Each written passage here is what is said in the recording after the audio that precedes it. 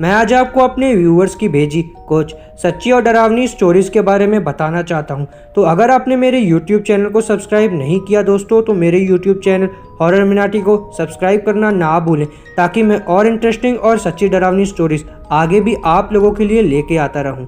आगे की स्टोरीज़ मैं अपने व्यूअर्स के ही पॉइंट ऑफ व्यू से कंटिन्यू करूँगा दोस्तों। हेलो दोस्तों, मेरा नाम देवांश है और मैं आपको एक सच्चे हॉरर इंसिडेंट्स के बारे में बताना चाहता हूँ। ये कहानी एक भयानक जंगल की है जो मैंने उनके घर वालों से सुनी है, जिसके साथ यह घटना हुई है। माधोपुर से लेकर श्योपुर तक फैले इस जंगल में ना जाने कितने भयानक जानवर और भूत आत्माएं रहती हैं। इस बार मैं श्योपुर रक्षाबंधन पर दीदी की यहाँ पर गया था। वहाँ के लोग उस जंगल के बारे में बताते रहते हैं कि इस जंगल में आत्माएं भूत प्रेत रहते हैं। तो मुझे तो वैसे भी भूत प्रेतों पर विश्वास है, शायद आप लोगों को भी होगा। तो मैं 15 अगस्त को अपने जीजा जी के कॉलेज गया था। वहाँ के लोग उन्हें आचार्य जी कहते हैं। 15 अगस्त का प्रोग्राम ख़त्म होते ही हम लोग जाने ही वाले थे कि वहाँ के पड़ोसी ने उन्हें घर पर चाय पीने को बुलाया। तब हम लोग उनके घर पर चाय पीने गए। ऐसे ही बातें हो रही थी, तब उन्होंने अपनी आप बीती कहानी बताना शुरू कर दिया। अभी कुछ दिनों पहले मेरे बेटे राजीव के साथ ऐसी घटना घटी है कि आप लोगों को क्या बताएं। राजीव के पिताजी ने बताया कि एक दिन मेरी तबीयत खराब हो गई थी। तब मैंने राजीव को जंगल से बकरियों के लिए चारा लाने के लिए भेज दिया था। राजीव वैसे तो कभी कभी जंगल जाता था, पर वो हमेशा काम से ही चुराता था अपने आप को। पर आज उसे मजबूरी में जंगल जाना ही पड़ा। वो रास्ते में चलता गया।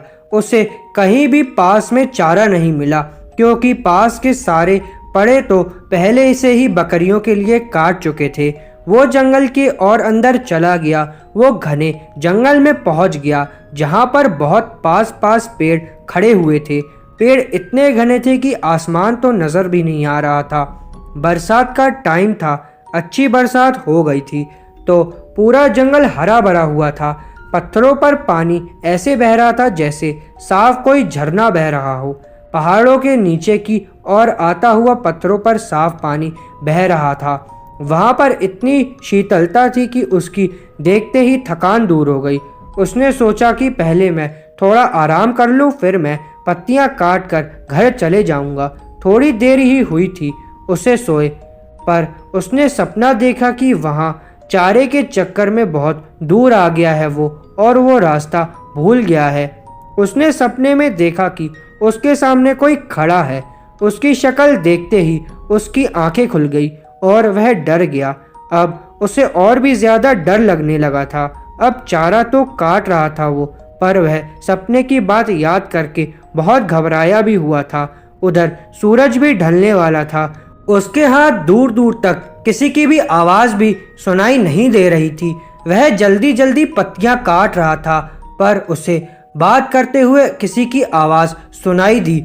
उसने सोचा कोई आदमी होगा तो मैं उसी के साथ घर चला जाऊंगा। उसने जल्दी से पत्तियां बांधी और वह आवाज़ आ रही थी उसकी ओर चल दिया। पास पर उसने यह ध्यान नहीं किया कि वो आया किधर से था और किधर जा रहा है। वह उल्टा जंगल में और अंदर की ओर घुसता चलता गया। आवाज़ और साफ सुनाई देने लगी तो वह और आगे की ओर बढ़ता गया। उसने देखा कि दो लोग आपस में बातें कर रहे हैं और उनकी पीठ दिखाई दे रही है। उसने उनके पास जाकर बोला, क्या तुम मुझे घर जाने का कोई छोटा रास्ता बता सकते हो? इतना सुनते ही वो दो लोग उसके सामने से ऐसे फुर्र हुए कि वहाँ कोई था भी कि नहीं, पता ही नहीं चला। उनके गायब होते ही उसके पसीने छूटने लगे और वह बेहोश हो गया। जब उसे होश आया तो वह क्या देखता है कि वो सपने वाला आदमी उसके सामने खड़ा है। बड़ी बड़ी लाल आंखें, दांत बाहर निकले हुए, ऊपर से नीचे तक इतना भयानक कि वह डर गया और पागल सा होकर भागने लगा। उसने देखा कि एक भालू उसकी ओर भागता हुआ आया और उसके ऊपर झपटा। उसे लगा कि अब नहीं बचने वाला। उसके तो होश ही उड़ गए। वह एकदम बैठ गया और वह भालू ऊपर से निकल के नीचे गिरते ही वह आदमी बन गया। उसके गाल पिचके हुए, हाथ टेढ़े और पैर उल्टे, ये लंबी दाढ़ी और दांत होठ कटकर बाहर निकले हुए। राजीव तो बस उसे देख रहा था, पर उसके होश ठिकाने नहीं थे। वह वहीं पर गिर पड़ा। इधर घर वालों को चिंता हो रही थी कि अंधेरा हो गया है, पर राजीव अभी तक क्यों नहीं आया। उसके बड़े भाई ने कहा कि अभी आता ही होगा। सब लोग जब इंतजार करके थक चुके थे, रात के 12 बज चुके थे। अब उसके भाई को लगा शायद कुछ तो गड़बड़ है। कुछ लोगों ने कहा चलो ढूंढते हैं, क्या पता इतने बड़े जंगल में कहाँ खो गया होगा। सब लोग लाठी भाला टॉर्च लेकर उसे ढूंढने निकल पड़े। उसका भाई अपाहिज था, वह एक पैर से चलता था, इसलिए उसके पिताजी ने कहा बेटा तू यहीं रह अपनी माँ और बहन के पास, हम लोग जाते हैं और कुछ खबर होगी तो हम बताएंगे। पूरी रात जंगल में ढूंढते हुए गुजर गई, पर उसका कुछ पता नहीं चला। जहाँ तक वो लोग जाते थे वहाँ तक सारा जंगल छान मारा, मगर राजीव का कोई पता नहीं चला। सब लोग ने कहा कि अभी घने जंगल में जाना ठीक नहीं है, अभी सुबह होते ही चलेंगे। अभी 2 बजे हैं, अभी 1 घंटे में सुबह हो जाएगी। सब लोग ने वहीं बैठकर सुबह का इंतजार करने लगे।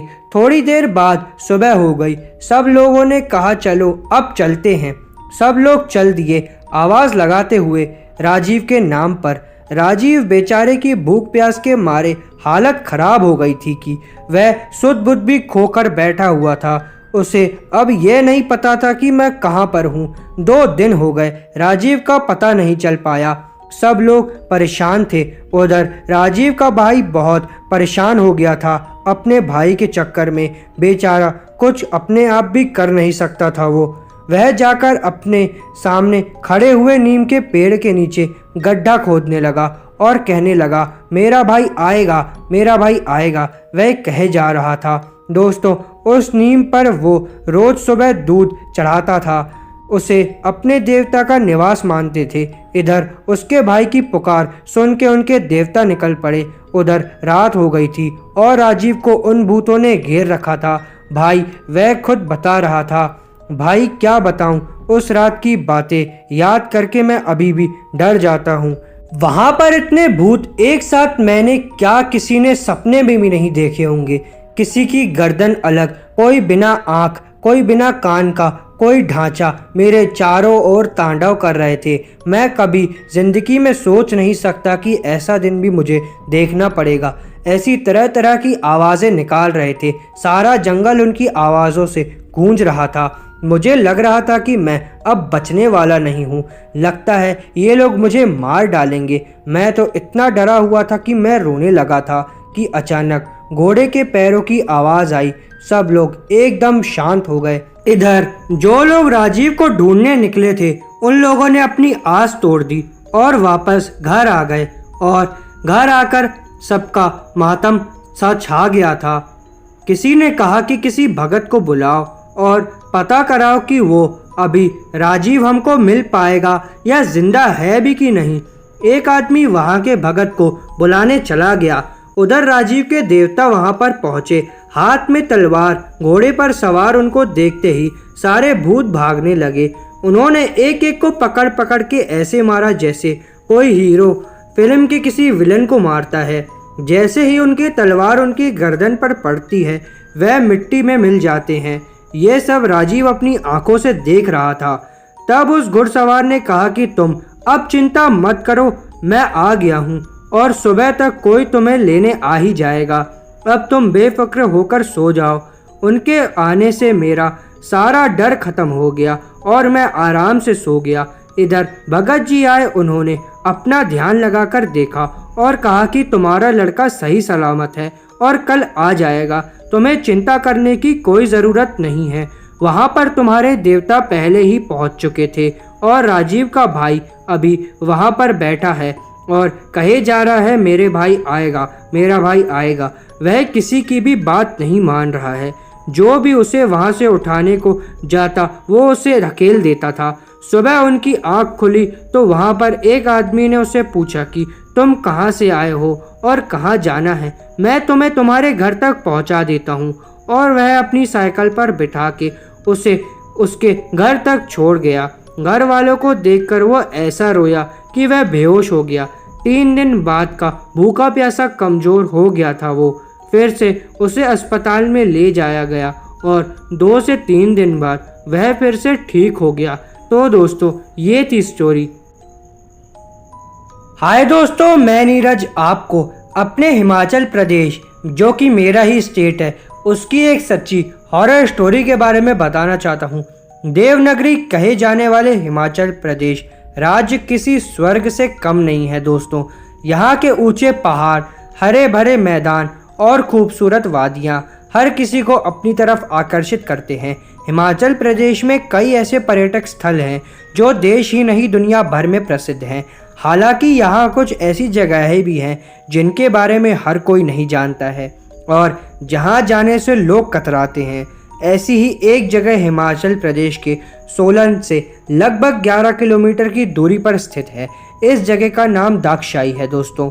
ये भारत का एक बहुत पुराना कैंट टाउन है। दाक्षाई की खूबसूरत पहाड़ियों और हरियाली को देखकर कोई यकीन नहीं कर पाएगा कि यह जगह देश की भूतिया जगहों में से एक है।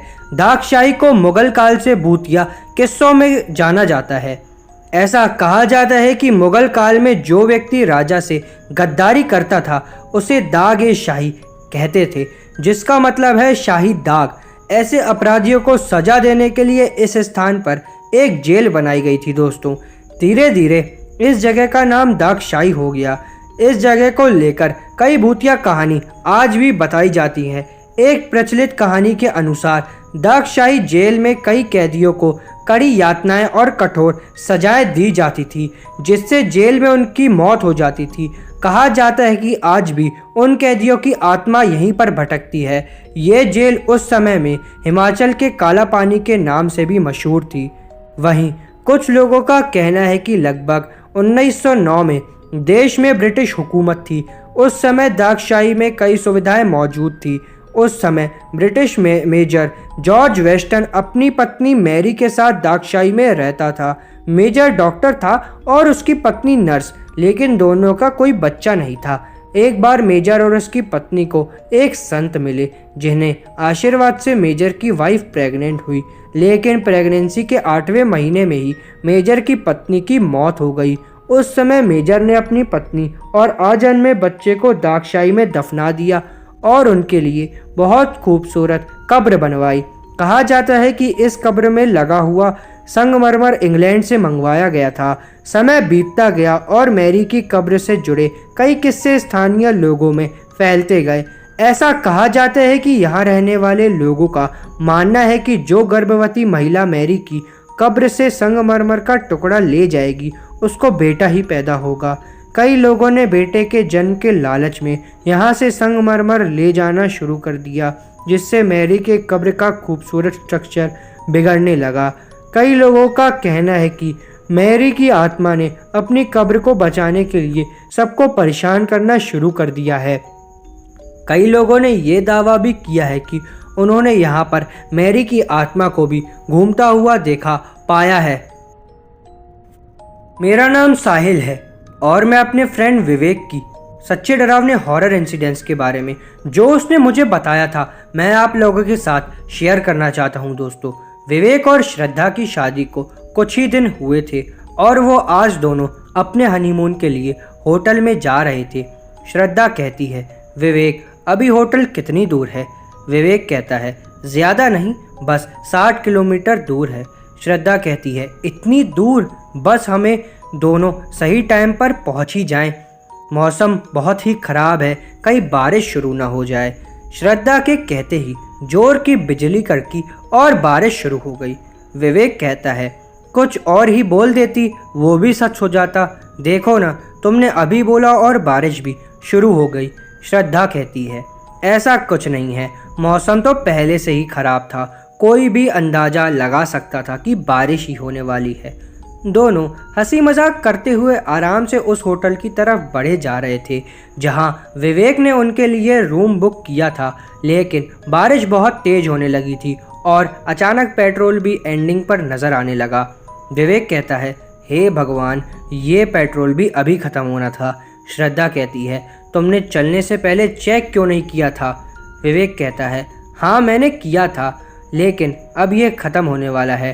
विवेक ये देखकर हैरान था कि जब टैंक फुल करवाया था तो टैंक अचानक से खाली कैसे हो गया। बस 5 मिनट और चलने के बाद उसकी कार रुक गई। श्रद्धा कहती है, अब क्या हुआ? विवेक कहता है, पेट्रोल ख़त्म हो गया, अब हम होटल कैसे पहुंचेंगे? श्रद्धा कहती है, अरे देखो सामने ही एक होटल नज़र आ रहा है। श्रद्धा ने उस गेट की तरफ इशारा किया जो कि कुछ ही कदम की दूरी पर नज़र आ रहा था, जो कि होटल मिलांज था। उसका नाम पढ़ते ही विवेक के चेहरे पर डर सा दिखने लगा। श्रद्धा कहती है, हाँ देखो ना, कितना अच्छा होटल है, आज रात यहीं रुक जाते हैं, सुबह यहाँ से चेकआउट कर लेंगे। विवेक पता नहीं होटल में जाने से क्यों कतरा रहा था, लेकिन श्रद्धा के आगे उसकी कहाँ चलने वाली थी, और वैसे भी उसके पास वहाँ रुकने के अलावा और कोई दूसरा रास्ता भी नहीं था। दोनों कार से उतरे और पानी से पचते हुए उस होटल के अंदर गए। रिसेप्शन से उन्हें रूम नंबर 108 की चाबी मिली। विवेक कहता है, कोई और रूम नहीं है क्या? ये 180 हमको क्यों दे रहे हो? श्रद्धा कहती है, अरे क्या हो गया, तुमको रूम नंबर 108 ही तो मिला है, इसमें घबराने वाली क्या बात है? विवेक डर रहा था। तभी श्रद्धा रिसेप्शन से चाबी ले ली और वो दोनों रूम नंबर 108 में पहुंच गए। श्रद्धा कहती है, वाव, रूम तो काफ़ी अच्छा है, बस अब कुछ खाने का ऑर्डर दे ही देते हैं, बहुत ज़ोरों की भूख लगी है। ये कहते हुए श्रद्धा ने रिसीवर उठाया और रूम सर्विस को ऑर्डर दिया। उन्होंने श्रद्धा को मेन्यू बताया और श्रद्धा ने ऑर्डर दे दिया। फिर दोनों बैठकर बातें करने लगे। कुछ देर बाद डोरबेल बजी और श्रद्धा ने उठकर दरवाज़ा खोला। रूम सर्विस बॉय ने जैसे ही विवेक को देखा, उसके चेहरे का रंग ही उड़ गया। सर्विस बॉय ने कहा, सर आप अच्छा हुआ आप यहाँ आ गए, आपको पता भी नहीं उस रात के बाद मेरे साथ क्या क्या हो रहा है। ये सुनकर विवेक चौंक गया और श्रद्धा भी हैरान रह गई। श्रद्धा कहती है, ये तुम क्या कह रहे हो? ये कहकर उसने विवेक से पूछा, ये क्या बोल रहा है, क्या तुम पहले भी यहाँ पर आ चुके हो? विवेक कहता है, नहीं, मैं तो यहाँ पर पहली बार आया हूँ। विवेक ने सर्विस बॉय से कहा कि तुमको कोई गलत फहमी हो गई है। सर्विस बॉय कहता है, नहीं सर, मुझे कोई गलत फहमी नहीं हुई है, मैं आपको बहुत अच्छे से पहचान सकता हूँ। विवेक ने उसकी बात को वहीं काट कर उसे डांटते हुए कहा, तुम खाना देकर यहाँ से जाओ, नहीं तो मैं अभी मैनेजर से कहकर तुम्हारी याददाश्त ठीक करवा दूंगा। ये सुनकर वो डर गया और खाने की ट्रॉली उनके पास छोड़कर चला गया। श्रद्धा को ये बात बहुत ही अजीब लग रही थी, लेकिन फिर भी उसने विवेक से कोई सवाल नहीं किया और दोनों ने साथ बैठकर खाना खाया। सर्विस बॉय वहाँ से निकलकर कॉरिडोर से जा रहा था, तभी उसको किसी की हंसने की आवाज़ सुनाई दी। ये सुनकर वो बहुत डर गया और पीछे पलटकर देखा तो वहाँ कोई नहीं था। सर्विस बॉय कहता है, अब वह यहाँ आ चुका है, तुम अब मुझे डराना छोड़ दो। भूत कहता है, तेरा जिंदा रहने से कोई फ़ायदा है ही नहीं, तू उसको यहाँ लेकर नहीं आया, मैंने ही उसको यहाँ रोकने के लिए मजबूर कर दिया है, अब तेरे जिंदा रहने का कोई मतलब ही नहीं है। ऐसा कहकर उसके सामने आ गई वो लड़की बहुत ही डरावनी सी लग रही थी। उसकी आंखें पीली और चेहरा नीला पड़ा हुआ था। वह चिल्लाया, लेकिन अगले ही पल वह लड़की ने उसका गला पकड़ लिया और उसे ज़मीन से ऊपर उठा दिया। उसके पैर हवा में छटपटा रहे थे और सांसें खींचने के लिए वो तड़प रहा था। एक झटके के साथ वह लड़की ने उसकी गर्दन घुमाई और धड़ से अलग कर दी। श्रद्धा ने कहा, खाना तो बहुत अच्छा और टेस्टी था, मैं जरा वॉशरूम होकर आती हूँ। ये कहकर श्रद्धा उठी और वॉशरूम में चली गई। विवेक मोबाइल निकालकर उस होटल में कॉल करने लगा जहाँ उसने रूम बुक किया था। विवेक कहता है, यहाँ तो नेटवर्क भी ठीक से नहीं आ रहा है, आज क्या हो रहा है मेरे साथ? श्रद्धा कहती है, क्या हुआ विवेक, तुम इतना परेशान क्यों दिख रहे हो? ये सुनकर विवेक ने श्रद्धा की तरफ देखा और उसको देखता ही रह गया। उसने उसको देखकर अपने पास बुला लिया। विवेक कहता है, वाह, तुम तो बहुत अलग दिख रही हो। सुनकर वो उसके करीब आ गया। श्रद्धा कहती है, विवेक तुम किससे बात कर रहे हो और किसका कॉल आया था? श्रद्धा की ये आवाज़ वॉशरूम से आ रही थी, जिसे सुनकर विवेक हक्का बक्का सा रह गया। अगर श्रद्धा वॉशरूम में थी तो ये लड़की कौन थी जो उसके पास आ गई थी? और विवेक कुछ सोचता और समझता इससे पहले ही वो उस लड़की से अलग हो गया। विवेक को समझ आ गया था कि ये श्रद्धा नहीं है और ये लड़की वही निकली जिसने उस सर्विस बॉय को मार डाला था। उसकी चीख सुनकर श्रद्धा वॉशरूम से बाहर निकली और उसको देखकर वो भी डर गई।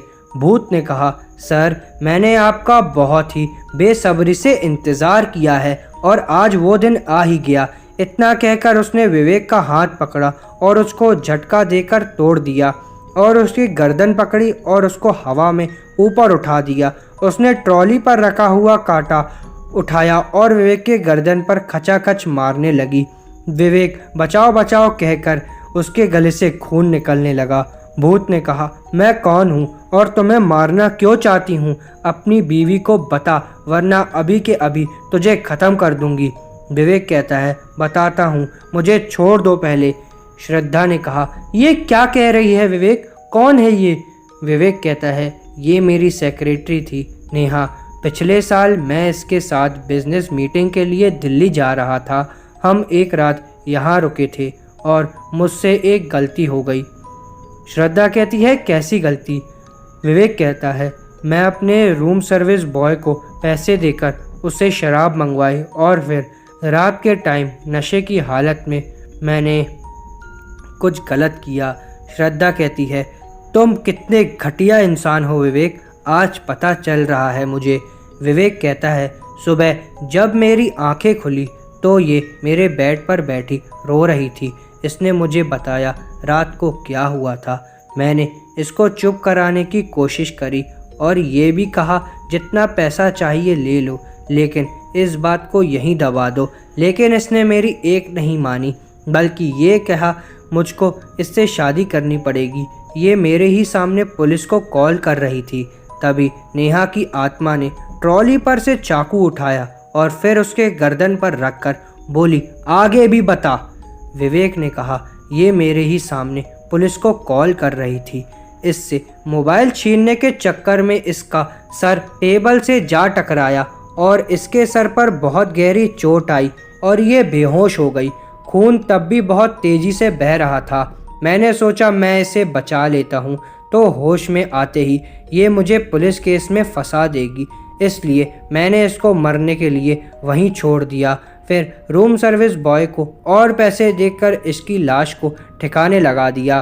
श्रद्धा कहती है, मुझे खुद पर शर्म आ रही है कि मैंने तुम जैसे घटिया इंसान से प्यार करके शादी कर ली। नेहा ने कहा, सुन लिया तूने, अब तेरा भी समय आ गया है। ये कहकर नेहा की आत्मा ने हाथ में पकड़े चाकू से एक नहीं बल्कि कई बार विवेक के पेट में घोंप दिया और फिर वही चाकू उसके गले पे फेर कर उसको ख़त्म कर दिया। मारने वाला इंसान श्रद्धा का पति था, लेकिन फिर भी श्रद्धा के चेहरे पर पति को खोने का गम बिल्कुल भी नज़र नहीं आ रहा था। नेहा की आत्मा ने श्रद्धा की तरफ देखा तो श्रद्धा बोली, नेहा मैं तुम्हारी मौत की सच्चाई सबके सामने लेकर आऊँगी ताकि जो तुम्हारे साथ हुआ है वो किसी और के साथ ना हो। नेहा ने कहा, ऐसा अब होगा भी नहीं। आगे से अब कोई भी लड़का किसी की ज़िंदगी खराब करने के बारे में भी नहीं सोचेगा। और नेहा की ख्वाहिश पूरी हो गई और नेहा को मोक्ष मिल गया।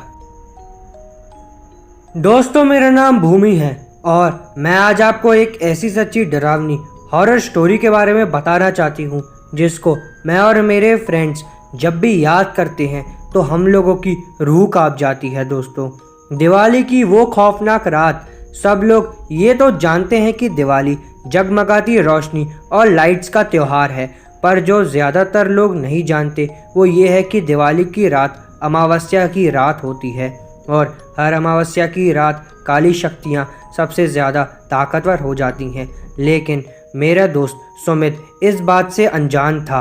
वह अपने दोस्त विजय के साथ दिवाली की रात सड़क पर घूम रहा था। तभी विजय की नज़र मंदिर के पीछे एक सुनसान से घर के पीछे चली गई। वहाँ एक सुंदर लड़की लाल साड़ी पहनी दिया जला रही थी। विजय सुमित को लेकर उस घर के पास चला गया। जैसे ही दोनों वहां पहुंचे, उन्होंने देखा कि पूरा घर दियों से सजा था। उन्हें बालकनी में खड़ी वह सुंदर लड़की नजर आई। उसने फिर वही मन लुभाने वाली मुस्कान देकर उन दोनों को अंदर बुलाने का इशारा दिया। घर अंदर से भी उतना ही खूबसूरत सजा हुआ था जितना कि बाहर से। मेज पर रखे खाने के लिए अलग अलग चीजें रखी हुई थी। सुमित मेज से एक लड्डू उठाकर खाने लगा, पर उसके हाथ से गलती से वह नीचे गिर गया। जैसे ही सुमित लड्डू उठाने के लिए नीचे झुका, उसने देखा कि मेज के नीचे एक भयानक काली परछाई थी, जो सुमित को देखते ही कहीं अचानक गायब हो गई। सुमित जैसे ही विजय को ये बताने ऊपर उठा, उसने देखा कि विजय सीढ़ियों के ऊपर खींचा चला जा रहा था। सुमित बेहद घबराने लगा। फिर अचानक घर में पायल की आवाज़ें आने लगी, जैसे कि कोई लड़की एक कमरे से दूसरे कमरे में जा रही हो। सुमित उस आवाज़ के पीछे पीछे सीढ़ियों से ऊपर चला गया, लेकिन ऊपर जाते ही उसे कमरे के अंदर पंखे से लटकी हुई एक लाश दिखी। सुमित उस लाश का चेहरा देखकर बुरी तरीके से कांपने लगा, क्योंकि वो किसी और की नहीं बल्कि विजय की ही लाश लटकी हुई थी। सुमित डरते डरते पीछे मुड़ा तो उसके ठीक सामने वही सुंदर लड़की खड़ी हुई थी। उसे देखकर मुस्कुरा रही थी वो, पर इस बार सुमित को वही मुस्कान मन लुभाने वाली नहीं बल्कि बेहद डरावनी लग रही थी। अचानक घर की सारी लाइट्स ऑफ हो गईं। वह घर धीरे धीरे एक खंडहर में बदलने लगा। वह लड़की अब भी सुमित को देखकर मुस्कुरा ही रही थी। अचानक लाल साड़ी पहनी हुई उस लड़की के बाल सफ़ेद और लंबे होने लगे और आंखें एकदम लाल पड़ गईं और चेहरा एकदम डरावना सा हो गया था। सुमित उसे देखकर एकदम सन्न पड़ गया और वह लड़की हाथ में चाकू लिए सुमित की तरफ बढ़ने लगी। सुमित ने किसी तरह अपना होश संभाला और बिना कुछ सोचे सीधा घर से बाहर भागा, लेकिन वह लड़की अभी भी सुमित के पीछे पीछे आ रही थी। वह लड़की सुमित को मारने के लिए अपना हाथ उसकी तरफ बढ़ाया, लेकिन सुमित तब तक बाहर निकल गया था। उसने जल्दी से घर का दरवाज़ा बाहर से बंद कर लिया। वह लड़की उस दरवाजे को अंदर से बहुत ही तेज़ ठोकने लगी, लेकिन अचानक ठोकने की आवाज़ें आना बंद हो गईं और फिर सुमित को उस लड़की की चीखने की आवाज़ सुनाई देने लगी, जैसे उस घर के अंदर कैद हो गई हो वो। सुमित वहाँ से जल्दी से निकला और अपने घर जाकर चुपचाप सो गया।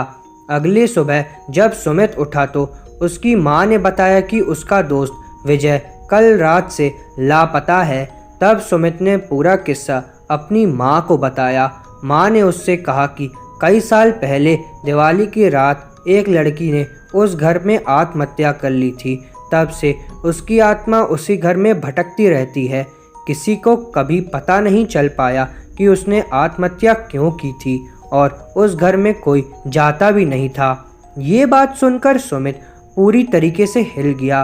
वह यह यकीन करना चाहता था कि जो भी उसके साथ हुआ वह एक बुरा सपना था, पर उस रात के बाद उसका दोस्त विजय कभी भी वापस नहीं आया और सुमित को आज भी दिवाली की वो खौफनाक रात और उस लड़की की भयानक चीखें सुने नहीं देती हैं। दोस्तों, ये थी मेरे दोस्त के साथ हुई एक सच्ची हॉरर स्टोरी। दोस्तों, ये अगली कहानी है करिश्मा और संजय की, जो कि बहुत अच्छे दोस्त थे। करिश्मा और संजय कई दिनों से एक दूसरे से मिलने की कोशिश कर रहे थे, लेकिन अलग अलग शहरों में काम करने की वजह से, जिसके कई दिनों से कोशिश करने के बाद दोनों ने दिल्ली मिलने का प्लान बनाया। करिश्मा ने घूमने की सारी जगहों की एक लिस्ट तैयार कर ली थी। उसने सब कुछ अपने तरीके से प्लान किया था ताकि एक अनजान शहर जाने के बाद उन दोनों को किसी भी परेशानी का सामना ना करना पड़े।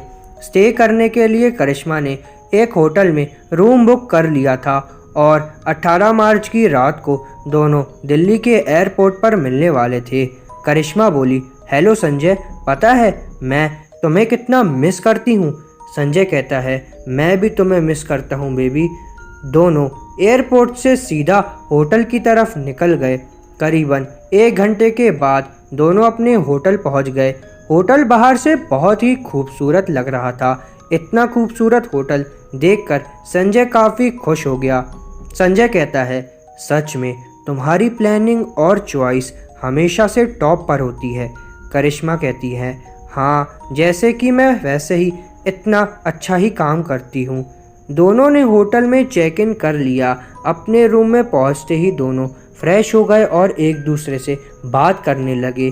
दोनों का ही लॉन्ग डिस्टेंस रिलेशनशिप था और 1 साल में दोनों का मिल पाना बहुत मुश्किल हो जाता था और 1 साल बाद भी दोनों एक दूसरे से मिल ही रहे थे। इस बीच जो भी एक दूसरे के साथ हुआ, दोनों ने एक दूसरे के साथ शेयर करना शुरू कर दिया।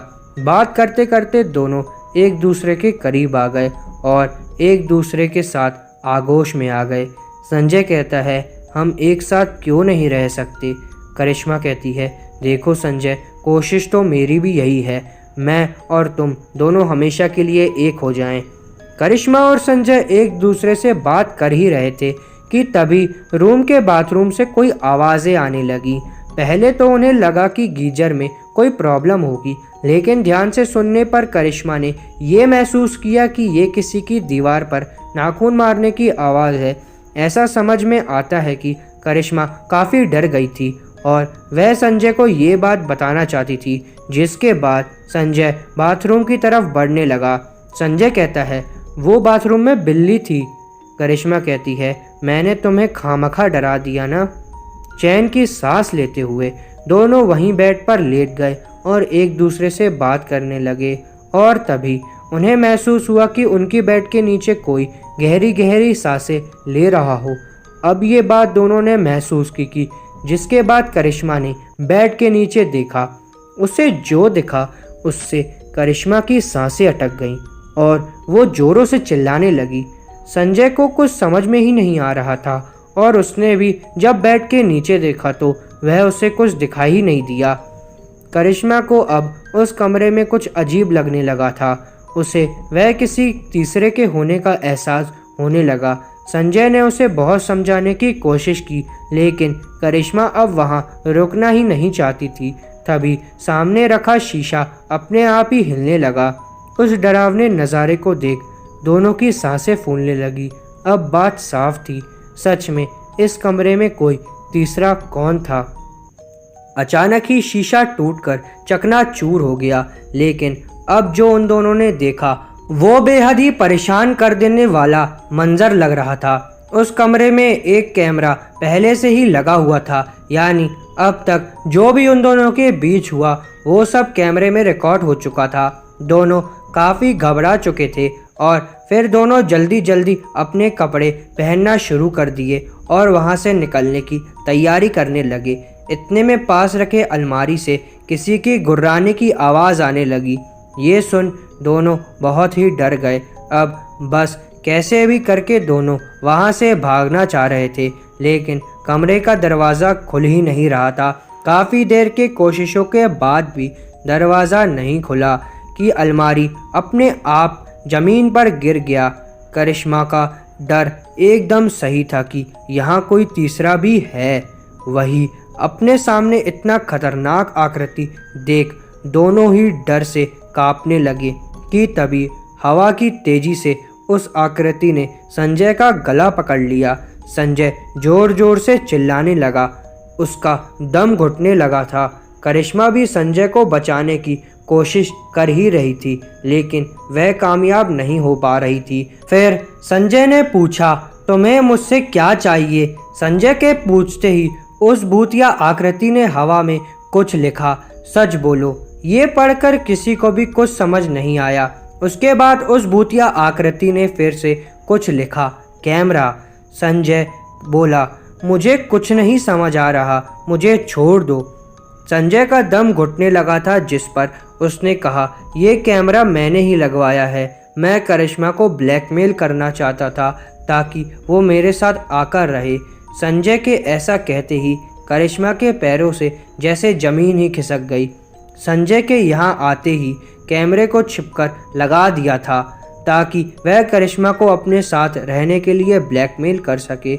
इस घिनौने काम के बाद करिश्मा टूट चुकी थी। वही उस भूतिया आकृति ने संजय को हवा में उठा कर पटकना शुरू कर दिया।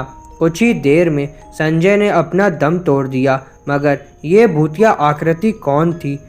बात साफ थी, उस भूतिया आकृति ने करिश्मा की जिंदगी को नर्क होने से बचा लिया था और संजय को उसके किए की सजा दी थी। भूतिया आकृति बोली, करिश्मा तुम रो मत, मैं तुम्हें बचाने ही आई थी। इस धोखेबाज इंसान ने मुझे भी ऐसे ही बर्बाद किया था। मैं कमज़ोर थी और मैं डर के कारण आत्महत्या कर चुकी थी, लेकिन आज मेरा बदला पूरा हुआ। अब ये किसी के साथ भी ऐसा नहीं कर पाएगा। दोस्तों, मेरा नाम मोहन है और मैं अपने ही गांव की, जिसका नाम बिलौरा है, उसकी सच्ची डरावनी हॉरर स्टोरी आप लोगों के साथ शेयर करना चाहता हूं। दोस्तों, मेरे गांव का कब्रिस्तान बहुत ही डरावना था। कोई भी इंसान रात में कब्रिस्तान के अंदर कदम तक रखने की हिम्मत नहीं करता था और इसका कारण था मुर्दों की आहट। जब भी कोई इस कब्रिस्तान से अकेले आता या जाता था तो मुर्दे उसका पीछा करते थे और वो जैसे ही उन मुर्दों की आहट सुनकर पीछे घूमता था तो वहीं उसकी मौत हो जाती थी। दोस्तों, बिलौरा गांव के लोग तो कई कहानियां भी सुनाते हैं, जैसे कि अनिल कह रहा था। मेरे मामा जी एक रात कब्रिस्तान के रास्ते से आ रहे थे। वो डरे हुए थे, इसलिए हनुमान मंत्र पढ़ते हुए आ रहे थे। उन्हें कब्रिस्तान के भूतों के बारे में पता था। फिर उन्हें मुर्दों की आहट सुनाई देने लगी। वो सीधा सामने देखकर चलने लगे और फिर उन्हें मम्मी की आवाज़ सुनाई दी और मम्मी की आवाज़ सुनते ही वो मुड़ गए और फिर मुर्दे घसीटकर उन्हें कब्र में लेकर गए। तब मनु कहता है, तुझे ये सब कैसे पता चला? अनिल कहता है, क्योंकि अगली सुबह तक मेरे मामा जिंदा थे। उन्होंने अपने साथ हुए सब कुछ मेरे पिताजी को बताया और पिताजी ने मुझे बताया। मनु कहता है, फिर तो वह कब्रिस्तान बहुत खतरनाक है। उसमें राम कहता है, ऐसा कैसे हो सकता है? सुना है बूढ़ा मुकेश उस कब्रिस्तान का सालों से रखवाली कर रहा है। तब मनु कहता है, हाँ वो तो है। अगर उस कब्रिस्तान में मुर्दे हैं तो मुकेश अभी तक जिंदा कैसे है? राम कहता है, चलो उसी से पूछ लेते हैं। तीनों गांव वाले सच जानने के लिए मुकेश के पास गए। अनिल कहता है, मुकेश काका, मुझे आपसे कुछ जानना है। मुकेश काका कहते हैं, यही ना कि इस कब्रिस्तान में मुर्दे सच में जिंदा होते हैं या नहीं? तो सुनाता हूँ। रोज रात इस कब्रिस्तान के हर मुर्दे जिंदा होते हैं और हर जिंदा इंसान का पीछा करते हैं। फिर मनु पूछता है, अगर ऐसा है तो तुम्हारा भी पीछा किया होगा, तुम कैसे बच जाते हो? मुकेश कहता है, इसके लिए तुम्हें मेरी कहानी सुननी होगी। राम कहता है, हाँ हाँ सुनाओ काका। मुकेश कहता है, आज से 35 साल पहले की बात है। मैं और मेरा दोस्त सुरेश दोनों अनाथ थे और काम की तलाश में बिलौरा पहुंचे। फिर हम यहाँ इस चर्च में फादर एंथनी से मिले और फादर से बोले, फादर हम दोनों यहाँ काम की तलाश में भटक रहे हैं, क्या हम दोनों के लायक कोई काम है? फादर कहते हैं, काम तो है पर बहुत डेंजर है, तुम दोनों की जान भी जा सकती है। सुरेश कहता है, वैसे भी हम भूख से तड़प तड़प के मर जाएंगे और यहाँ हमें कोई काम भी नहीं मिलने वाला। फादर कहते हैं, ठीक है। फादर एंथनी हमें कब्रिस्तान में ले गए और बोले, ये बहुत पुराना कब्रिस्तान है, यहाँ अंग्रेजों की कब्र है, तुम्हें इस कब्रिस्तान की रखवाली करनी है। सुरेश कहता है, भला इस कब्रिस्तान को रखवाली में क्या ज़रूरत है? फादर कहते हैं, कब्रिस्तान को रखवाली की ज़रूरत नहीं है, पर तुम्हें यहाँ आने से लोगों को रोकना होगा, तुम्हें लोगों की रक्षा करनी होगी। मुकेश कहता है, पर कैसे? फादर कहते हैं, इन मुर्दों से। ये मुर्दे रात के अंधेरे में ये सारे मुर्दे जिंदा हो जाते हैं और जिंदा इंसानों का पीछा करते हैं। जो भी इनकी आवाज़ सुनकर पीछे मुड़ता है उनका अंत निश्चित है। सुरेश कहता है, फिर तो वो मुर्दे हमें भी मार डालेंगे। हाँ, अगर पीछे मुड़े तो। इसलिए कहा था कि ये काम जोखिम का है और सोच लो तुम दोनों को ये काम कर पाओगे या नहीं कर पाओगे। फादर एंथनी कहते हैं। फिर सुरेश कहता है, हम दोनों के पास कोई और रास्ता भी तो नहीं है पेट की भूख को शांत करने का। ज़्यादा ज़रूरी है इसलिए हमने हाँ में भर दी और उसी रात से हम कब्रिस्तान की रखवाली करने लगे। कुछ रात तक सब कुछ ठीक था। एक रात हमें लगा कि जैसे कोई हमारा पीछा कर रहा है। मुकेश कहता है, सुरेश जैसे हमारे पीछे कोई है, लेकिन गलती से मुड़ना मत, चुपचाप गेट तक चलते चलना। हम लोग डरते हुए गेट तक आए और सुबह होने तक वहीं बैठे रहे और कई बार हमारे साथ ऐसा हुआ और हर बार हम गेट पर आकर बैठ जाते थे। मुर्दे पता नहीं क्यों गेट तक आ ही नहीं पाते थे।